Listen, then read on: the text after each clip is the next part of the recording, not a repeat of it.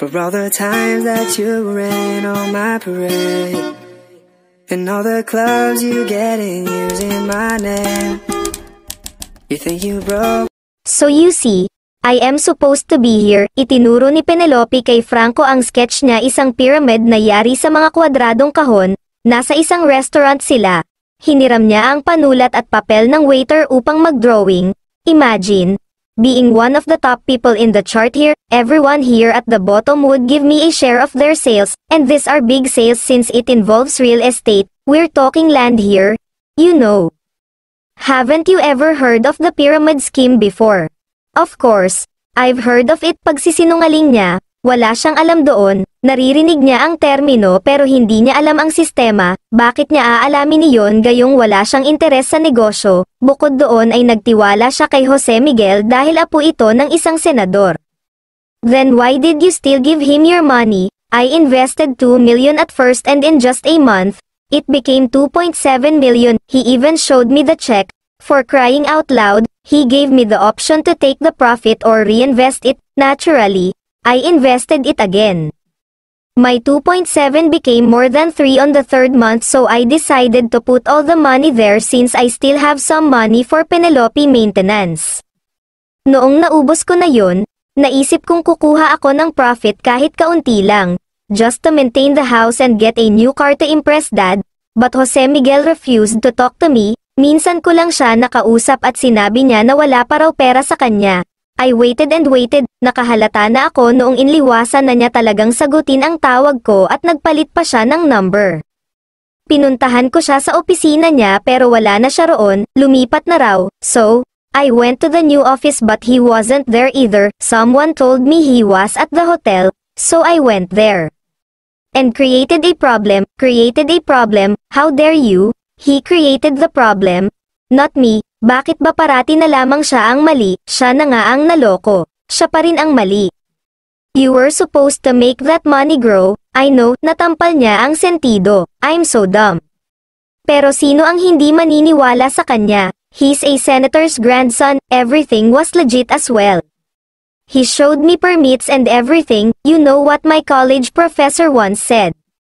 He said that to be able to fool someone, you've got to appeal to their greed.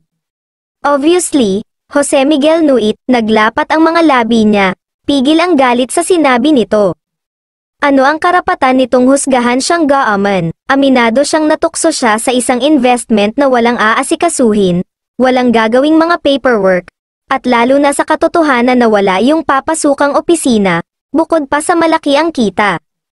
Pero hindi siya gaaman tulad ng inilsip ng lalaking ito, but she refused to be sad about that fact. Bakit niya ikalulungkot na hindi maganda ang pagtingin nito sa kanya?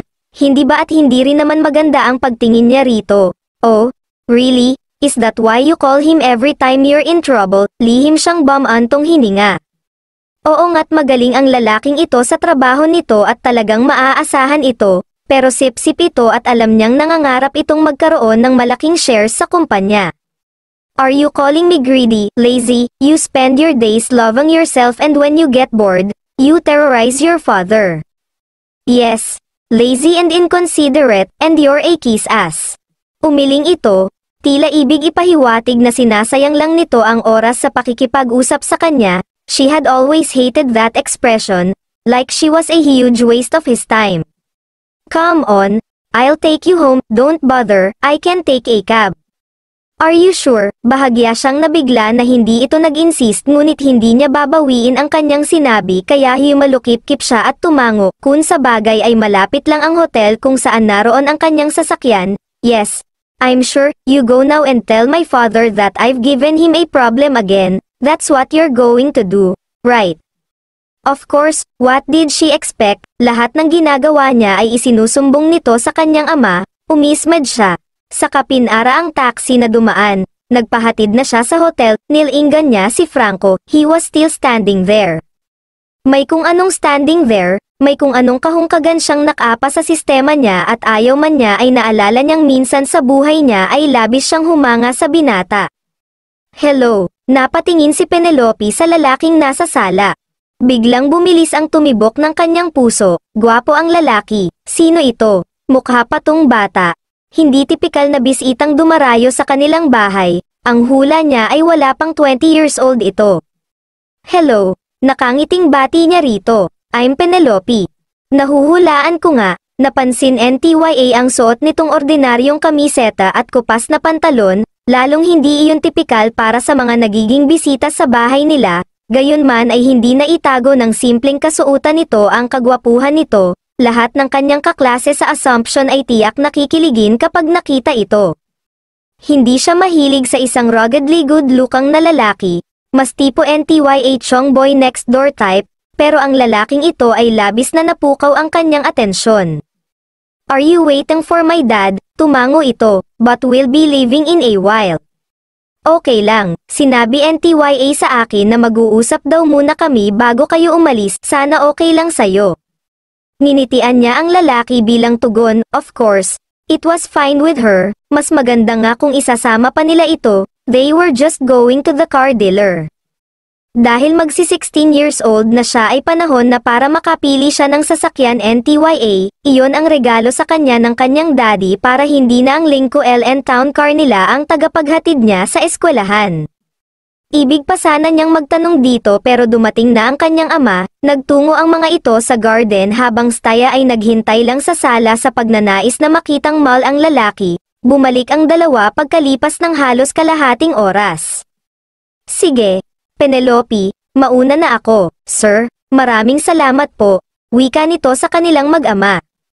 Tinapat ng kanyang ama ang balikat nito, ngumiti ito sa kanya bago umalis, speechless siya, parang ibig niya itong tawagin, sabihan itang huwag mo na itong umalis, ngunit hindi NTYA magawa. Ano na lang ang sasabtan ng kanyang ama, Daddy? Who is he? Tanong niya sa kanyang ama habang nasa biyahe sila papunta sa isang car. Dealer, anak ni Aling Mameng who passed away recently. Ang tinutukoy nito ay ang katiwala nila sa farm sa probinsya. I never saw him at the farm, Daddy, that's because you never went out when we were there. Totoo tayon, isinilang siyang mestisa at isa sa downside niyon ay ang pagkakaroon niya ng pekas kaya umiiwas siyang maarawan, isa pa, hindi siya kailanman matutuwang manatili ng matagal sa probinsya. She was a city girl through and through, how old is he? 24. Nabigla siya, he looked younger than his age, she was 16, he was 24, hindi na sila bagay nito. He seems nice, he is, and he's very smart, too, he's a good kid and I want to help him out.